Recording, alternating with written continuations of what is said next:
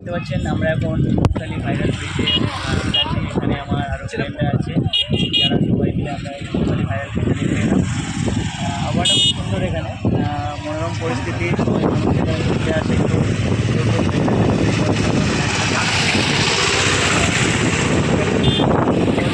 একটা ফরেস্ট অফিসারকে একটা